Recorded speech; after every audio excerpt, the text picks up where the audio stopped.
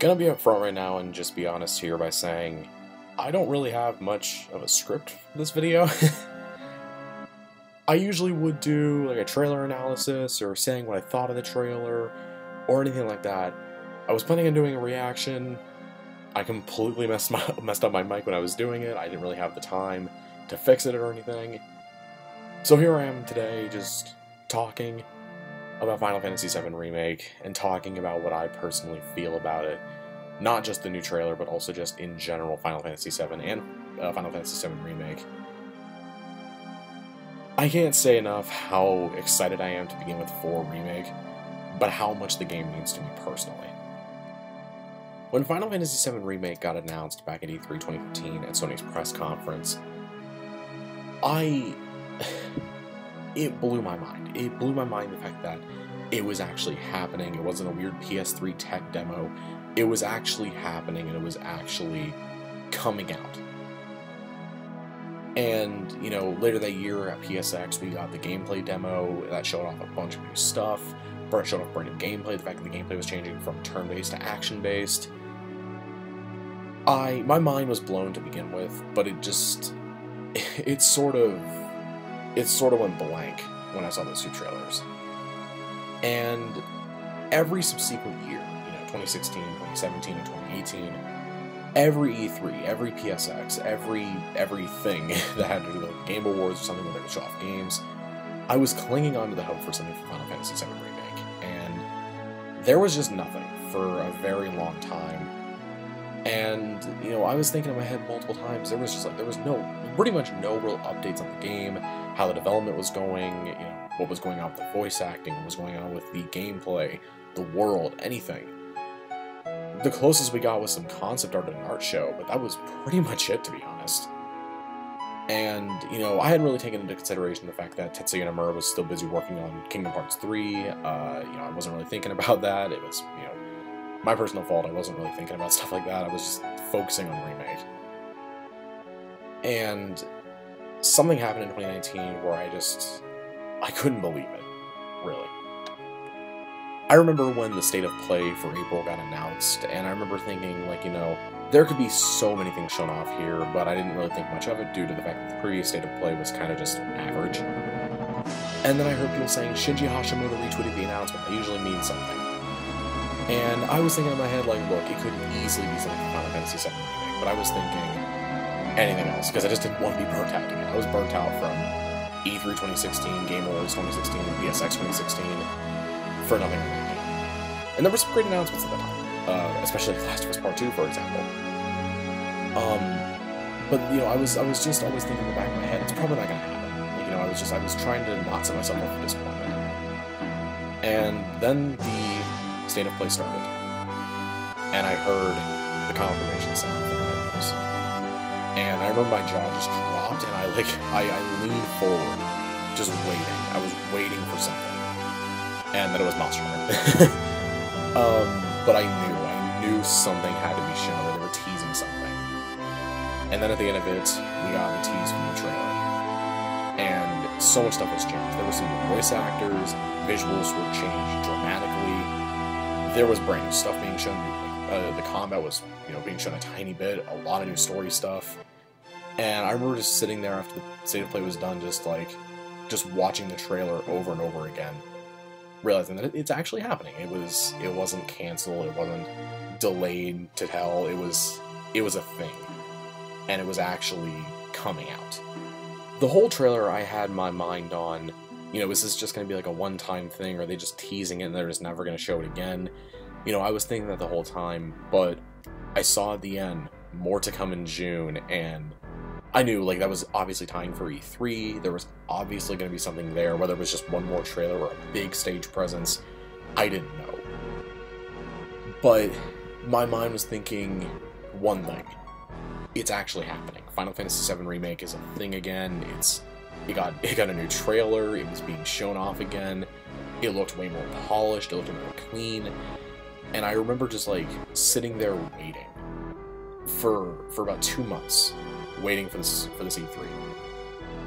And up to that, up to Square Enix press conference, E3 is pretty boring. Xbox was disappointing, Ubisoft was just boring, EA was EA, Bethesda was Bethesda, current Bethesda, and I remember just sitting there watching the screen and just waiting for something, and when the curtain slowly lifted up to show the edge of the Buster Sword, I knew, they knew we were waiting, and the crowd went nuts, and then the new game, continue, and then remake. I had the goofiest smile on my face, and I was just losing my mind. And then it happened. Just hearing the first few notes of the main theme of Final Fantasy VII, I just got so giddy. Like I didn't know what to say. I was just like, I was battling, basically. I was just at a loss for words. We saw Aerith, and she looked amazing, and just so many different things, and then Cloud in the Train. Cloud in the Train, just, I knew it, like it was actually happening. Final Fantasy VII Remake was a thing. It was being shown off again for the first time in so damn long.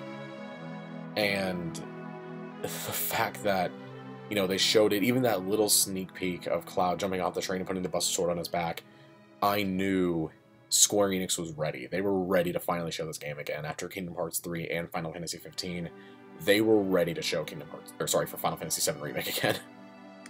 And then after a brief talk from Yoshinori Kitase, we had gotten our first worldwide gameplay demo of Final Fantasy VII Remake, and right from the start, I knew, like, they had already put so much care and attention and detail into Remake just from the first few frames that I saw. The materia and Cloud's Buster Sword. Barrett still running by while the guards only chase Cloud. Like, that small thing I fucking love in the original. I still love it here. That made me smile. The entire thing of, like, I saw the bombing run being extended. It wasn't just, like, you know, you go into the one corridor, you go across the bridge to the elevator, and you go down to the bombing run. You go down to the sector area. It wasn't just that. You saw a train station, you saw multiple areas where you had to go down ladders, you saw multiple areas where you had to go up and down through the elevator, all this different stuff. You saw like a sweeper facility. And then you saw how Barrett actually played differently to Cloud. You know, the fact that he was much more ranged. I knew that they had depth into this combat already. Tactical mode looked really damn cool. It actually reminded me a lot of Xenoblade, which I'm already a huge fan of. And just in general, that blew my mind right then and there. But what was even more insane to me, the combat looked amazing, the visuals looked amazing, the designs were great. Even just like slight alters on Cloud's costume looked amazing. What even blew my mind even more was the Scorpion boss fight. The entire time they were showing that fight, my jaw was like on the floor. I was there watching it. Final Fantasy VII Remake was being shown to me again for the first time in so damn long. And it was happening. It was just there. The fight was long. It had a lot more cinematics to it. It was much bigger of a fight than the original was. And Cloud and Barrett's exchanges to each other made me think they know what people wanted from Cloud. They wanted him to be kind of snarky, kind of a dork, kind of sassy. And they wanted Barrett to be, well, Mr. T. to be Mr. T, let's be honest. And, you know, it was right then and there. I kind of knew they had listened back from PSX 2015, where we kind of heard them kind of going for a much tamer Cloud, a much tamer Barrett, which didn't really, that wasn't who Cloud and Barrett were for a lot of people. I knew from there, like, they had listened. And ending off the Scorpion fight with Cross Slash just was, by the end of the fight, I was clapping, I had a big smile on my face, and I was just saying over and over again, oh my god, this looks amazing. And then we had the official trailer. When they had revealed the trailer, and it started off showing Aerith and the opening part of Final Fantasy VII before the title popped up, and Cloud in the train. Before all that, we just saw Aerith and the sweeping through the sector and the Shinra building. Just it made me. I had my jaw on the floor the whole time. Just visually, it was incredible. But then the music kicked in, the trailer started, like, in a big way. And we saw redesigns for, like, Heidegger, we got small preview of the president. We saw an extension of the motorbike stuff with Jesse on Cloud's motorcycle. We saw her giving him a materia. We saw Cloud running through the destroyed sector. And I was like, this looks incredible. This is amazing. I didn't know what to think. So many things were in my mind at that point. I was going insane. You know, the music was incredible, and just seeing small things like the bombing room being extended, and Midgar itself being so massive. And then the thing people were mostly waiting for was Tifa's design. And, you know, I'd said for a long time, you know, I don't care what they do to Tifa's design, just make her character who she was in the original, a badass woman. And she got a slight redesign, she was slightly modernized, she looked, in my opinion, actually better than she did in the original. Just my personal opinion, but, you know, her interaction with Cloud, her even saying that she was uncomfortable with the whole thing, the fact that they were pretty much killing people, showed me that they were trying to extend these characters in a way where it felt real. Like, Tifa at that point wouldn't be just kind of blind to the whole thing. She would feel slightly uncomfortable with the fact that they had to kill people. She wouldn't be numb to the concept. She would be kind of torn by it, and I loved that.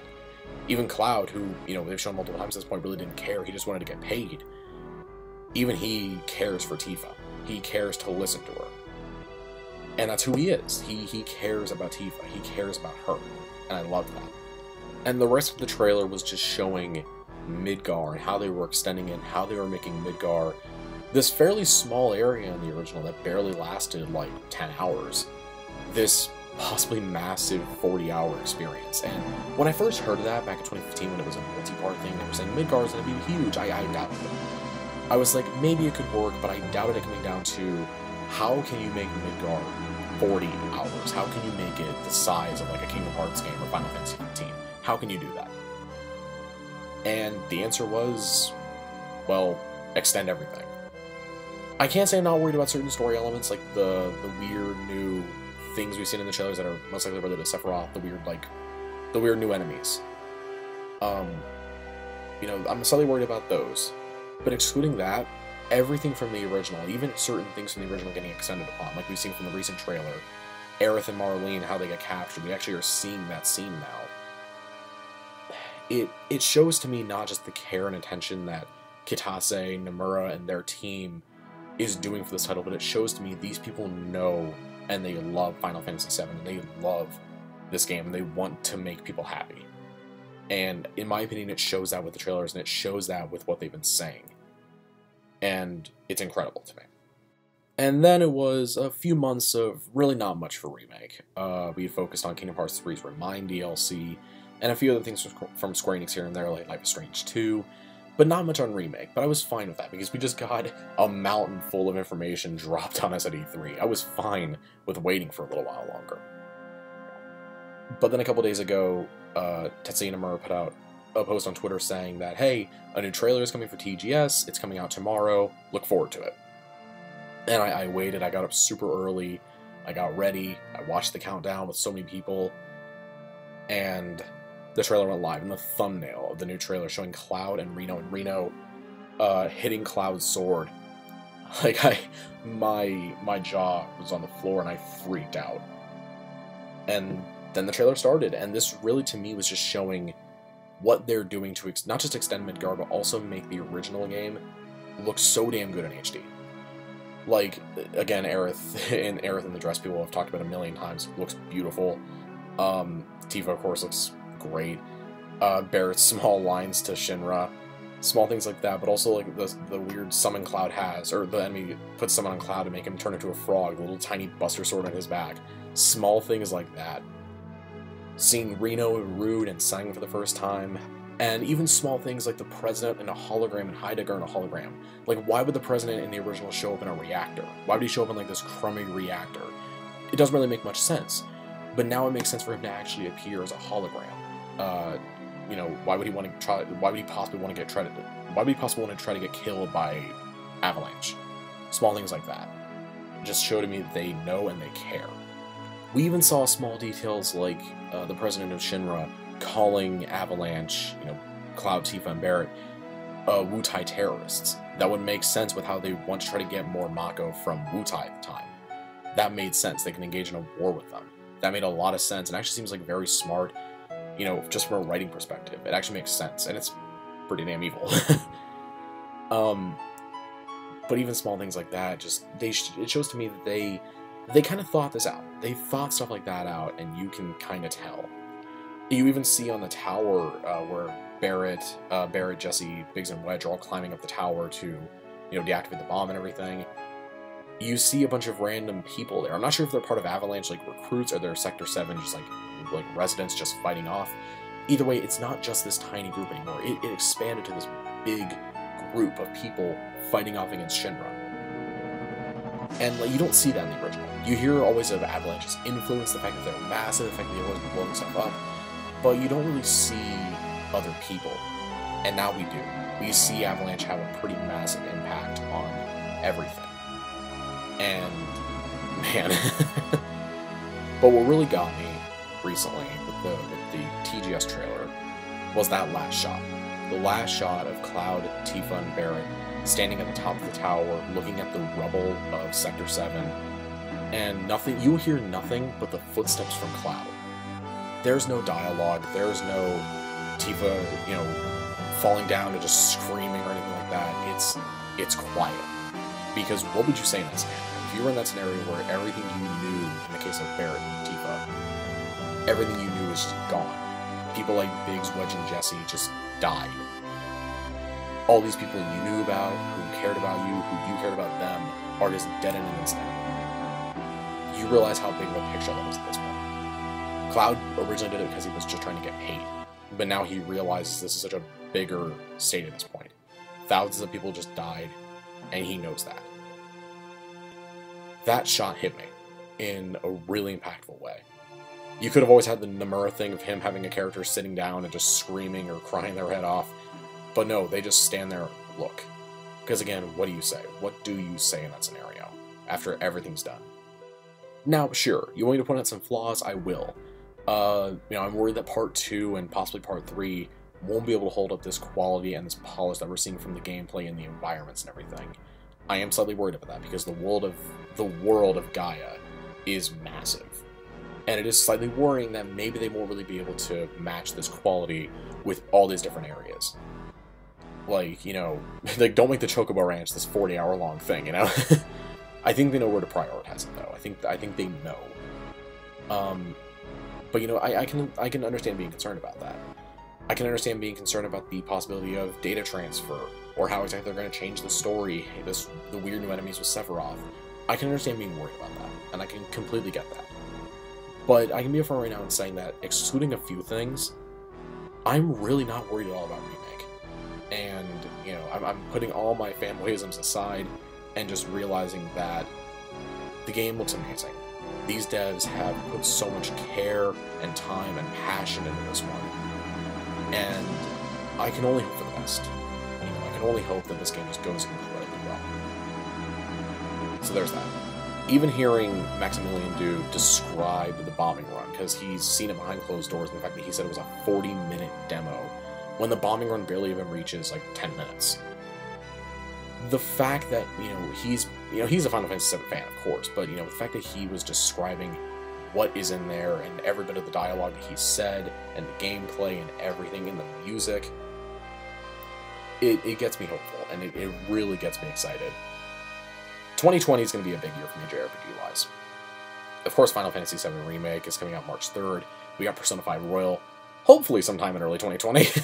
Don't be like June or July, please. I can't dodge spoilers for only 6 months. And then, of course, just recently, Xenoblade Chronicles Definitive Edition, my personal favorite game of all time, getting remastered for the Switch. 2020 is going to be a big year for JRPGs for me. And I seriously can't wait. Anyways, think I went on a bit too long there. This was, again, a no-script video, so apologies for any sort of stuttering or stammering or me being stuck for a second, but just thinking of something. I just wanted to kind of speak from the heart for this one and just kind of speak of what Final Fantasy VII means to me and how I'm just so excited for Remake. And who knows, the game could end up being terrible. It could end up being one of the worst games of 2020. I don't know. But I don't think it will. I think Square Enix knows what they're doing with this one. I think Kitase and Nomura both know what they're doing here. And I think they're playing it very smartly. But anyway, that's going to be all for today, guys. Thank you all very much for watching, and I'll see you guys all later. Goodbye, everybody. Have a great night.